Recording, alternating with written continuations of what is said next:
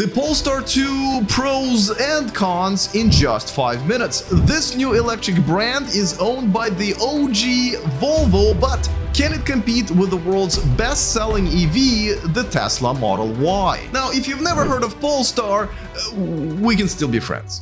But it was originally a race car mod brand, and when purchased by Volvo 8 years ago, would simply enhance Volvo vehicles. But 2 years later, it became a standalone EV brand. The Polestar 2 is the brand's first all-electric car, already earning several awards from Auto Trader, in addition to being named the Car of the Year by Business Insider back in 2020. And ever since its first launch, it's been pretty popular. So far, over 100,000 Polestar 2s have found their homes, with almost 30,000 just in the first half of this year. Its best 0 to 60 time is 5.9 seconds. The max DC fast charging speed is 250 kilowatts, filling up the battery from 10 to 80% in about half an hour. With the basic specs out of the way, let's get to the very first pro, and it's a big one. The Polestar 2 has one of the best EPA range numbers among all electric crossovers, with 320 miles of range. It's only bested by the Tesla Model Y at 330. But now here comes the con number one, and please, before I tell you what it is, remove your financial advisor from the room,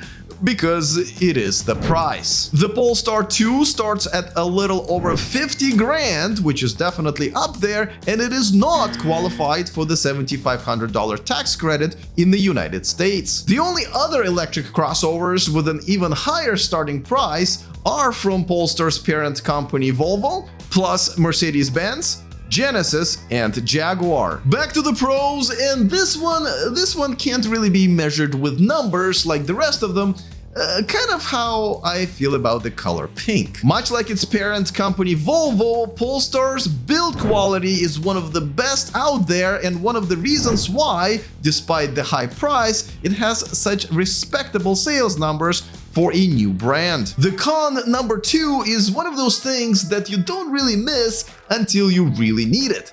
Much like a nearby bathroom after a Taco Bell meal, and I'll tell you what it is in just a second, but before that, a quick reminder that this video is brought to you by EnergyPal. Are you thinking about going solar but not sure what panels to get, whether or not to get a home battery, or how much all of this is going to cost? Well, EnergyPal will do all of that for you, and you will get a $500 gift card when your installation is complete if you use the link in the description of this video. They even have this EV calculator that will tell you exactly what system to get, so it can handle charging your EV all year around. That link is down there as well. The con number two is the fact that there are only 28 Polestar approved service centers in the US. So if you do have any issues, that may become a problem depending on your location. Even Tesla, that has had service center shortage for most of its existence, has over 200 of them in the US, while some of the bigger brands have over 1,000. The pro number three is the fact that Polestar 2's infotainment system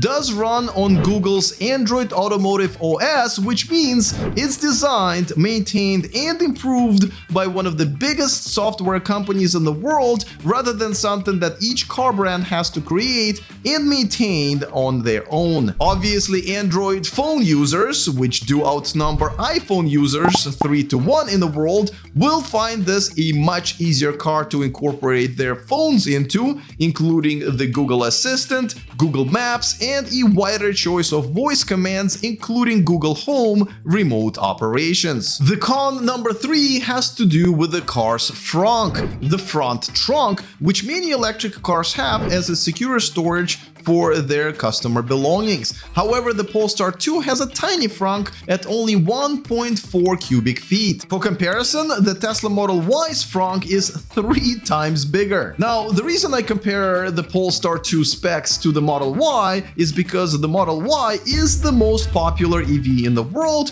which doesn't always mean the best. So how does the Polestar 2 compare to it? Well, I made another 5-minute comparison video between the two, and you can check it out right here. Alright, looking forward to all of your comments. Other than that, see you guys next time, and remember to stay charged.